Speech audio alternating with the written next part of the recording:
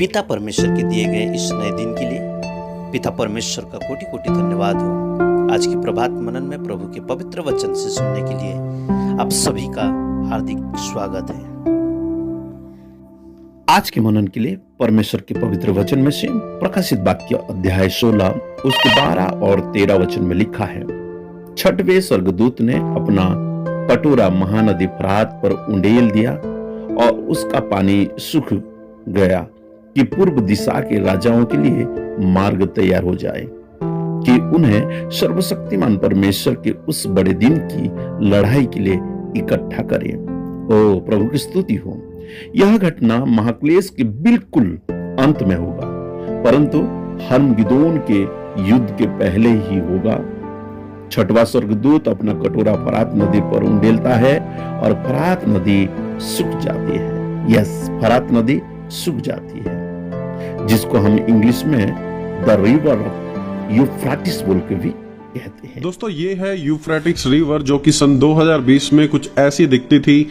अच्छा खासा पानी का लेवल था, और अब देखिए ये उसी यूफ्रेटिस रिवर की लेटेस्ट तस्वीरें हैं 2022 की।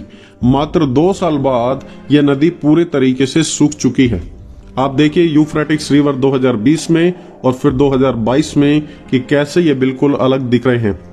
यूफ्रेटिस रिवर को हिंदी में फरात नदी के नाम से भी जाना जाता है, और खासकर बाइबल में हम इसके बारे में पढ़ते हैं। आज इंटरनेट पर सबसे ज्यादा सर्च किया जाने वाला जो टॉपिक है वो यूफ्रेटिस रिवर, फरात नदी ही है। अब आप सोचेंगे कि ऐसा क्यों, कि आखिरकार इस नदी में ऐसा क्या है, लोग फरात नदी को क्यों सर्च कर रहे हैं इंटरनेट पर, और इस सूखी हुई नदी को लोग विजिट क्यों कर रहे हैं, और वहां के अवशेषों को क्यों ढूंढ रहे हैं, आखिरकार ऐसा क्यों।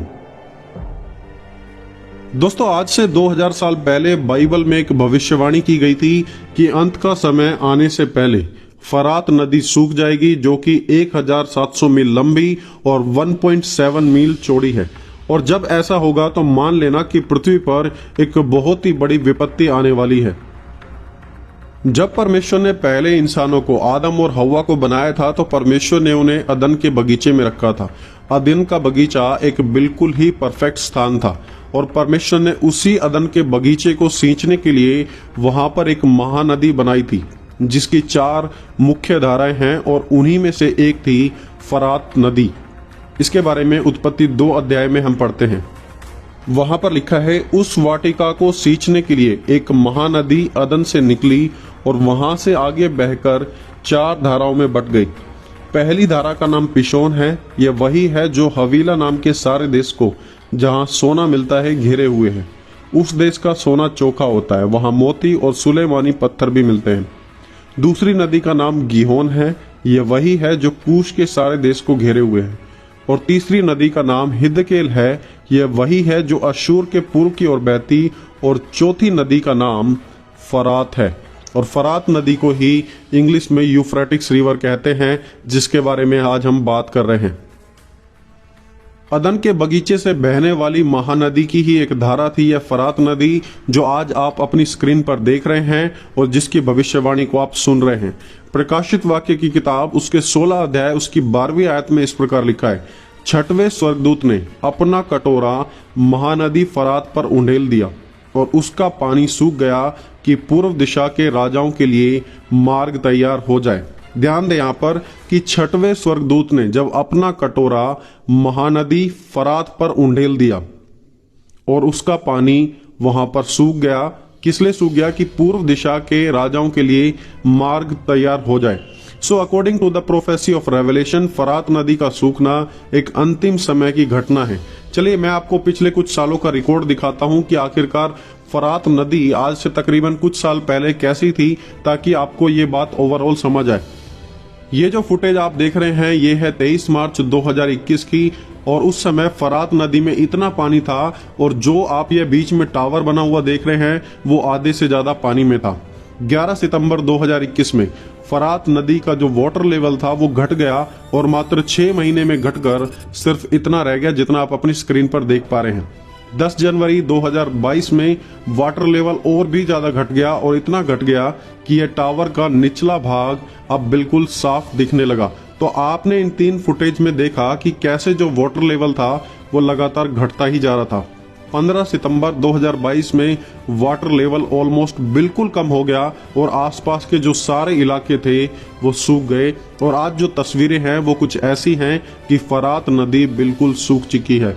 और प्रकाशित वाक्य की किताब में हम पढ़ते हैं कि 7 स्वर्गदूतों के बारे में बताया गया है जिनके पास 7 प्रकोप के कटोरे थे, जिनके कारण पृथ्वी पर विपत्ति आती है। और जब वो छठा कटोरा उंडेला जाएगा तो वो फरात नदी वहां पर सूख जाएगी।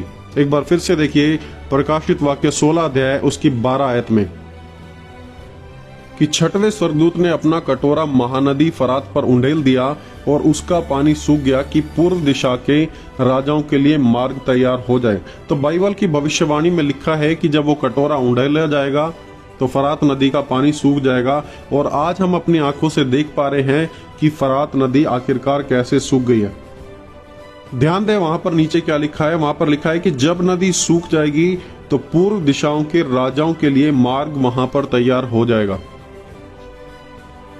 तो बाइबल का कहना है कि इस नदी के सूखने के बाद और भी कुछ घटनाएं होने वाली हैं।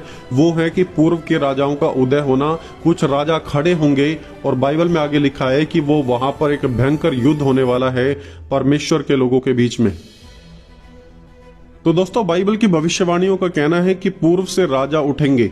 यदि आज के समय की बात की जाए तो आपको क्या लगता है कि कौन सा ऐसा देश है पूर्व में जो इतना सामर्थी है कि वो वहां पर उठ सकता है और लड़ाई कर भी सकता है? देखिए अब्राहम के समय में जब परमेश्वर यहोवा ने अब्राहम को देश देने का वादा किया था तो वो इसी फरात नदी के द्वारा, जो उसकी बाउंड्री थी, बाउंड्री परमेश्वर यहोवा के द्वारा तय की गई थी। यह वही फरात नदी है जहां से निम्रोद ने बेबीलोन की संस्कृति और बेबीलोन के साम्राज्य की शुरुआत की थी। और फिर फरात नदी के सूखने के बाद पूर्व के राजा उठेंगे, सेना इकट्ठी करेंगे और तब एक बड़ी लड़ाई लड़ेंगे परमेश्वर के विरोध में। दोस्तों फरात नदी का सूखना एक नॉर्मल घटना नहीं है, बल्कि यह आने वाले समय के लिए चेतावनी है जो हम सभी के सामने आज परमेश्वर की ओर से बिल्कुल क्लियर है कि एक एक शब्द जो परमेश्वर के वचन में लिखा है वो बिल्कुल सत्य है और भरोसेमंद है। इसलिए हमें इन बातों को नजरअंदाज ना करें। टर्की, सीरिया, इराक से बहने वाली ये नदी आज सूख चुकी है और आज हजारों से भी ज्यादा लोग इसके कारण प्रभावित हैं। पुराने समय में मेसोपोटामिया की कल्चर, बेबीलोन का साम्राज्य, ये सब इसी नदी के कारण एक समय में बढ़ पाए थे। लेकिन आखिर में तो होना वही है जो बाइबल में लिखा है कि फरास नदी सूखेगी तो सूखेगी। आज यह इस नदी की कंडीशन है जो आप अपनी स्क्रीन पर देख पा रहे हैं। और एक बार फिर से बाइबल की भविष्यवाणी सच साबित होती है कि परमेश्वर का वचन बिल्कुल सीरियस है और बिल्कुल सत्य है और हमें गंभीरता से लेना चाहिए आने वाले समय के बारे में। और फिर देखिए जब हम प्रकाशित वाक्य 16 अध्याय उसकी 13 आयत पढ़ते हैं इस नदी के बारे में पढ़ने के बाद में, तो फिर वहां पे लिखा है, फिर मैंने उस अजगर के मुंह से और उस पशु के मुंह से और उस झूठे भविष्यवक्ता के मुंह से 3 अशुद्ध आत्माओं को मेंढकों के रूप में निकलते हुए देखा। तो आप वहां पे देखेंगे कि जैसे ही जो छठवां कटोरा है पलटा जाता है, उसके बाद शैतान के बारे में और उसकी दुष्ट आत्माओं के बारे में वहां पर बात की जाती है। तो दोस्तों हमारे पास समय ज्यादा नहीं है। जो समय है अंतिम समय, वो बिल्कुल हम अंतिम समय में जी रहे हैं। और हम कितने भाग्यशाली लोग हैं कि हम उन सब घटनाओं को अपनी आंखों से देख पा रहे हैं और परमेश्वर के वचन को पूरा होते हुए अपनी आंखों से देख पा रहे हैं और समझ पा रहे हैं। दोस्तों इसलिए समय है कि हम भी परमेश्वर के प्रति गंभीर हो जाएं और अपनी जिंदगियों को उचित रीति से जिएं जैसा परमेश्वर हमसे चाहते हैं। दिन बुरे हैं और परमेश्वर का आना निकट है, इसलिए अपनी लाइफ में सीरियस हो जाएं। अब लेट अस प्रे। स्वर्गीय पिता परमेश्वर, आपकी महत्वपूर्ण चेतावनी के लिए कोटि कोटि धन्यवाद हो। अब हमारे पिता परमेश्वर का प्रेम, प्रभु यीशु मसीह का अनुग्रह और पवित्र आत्मा की शांति, सहभागिता और सहानुभूति हम सभी के साथ अब से लेकर प्रभु यीशु मसीह के दूसरा आगमन तक होती रहे। आमीन, आमीन।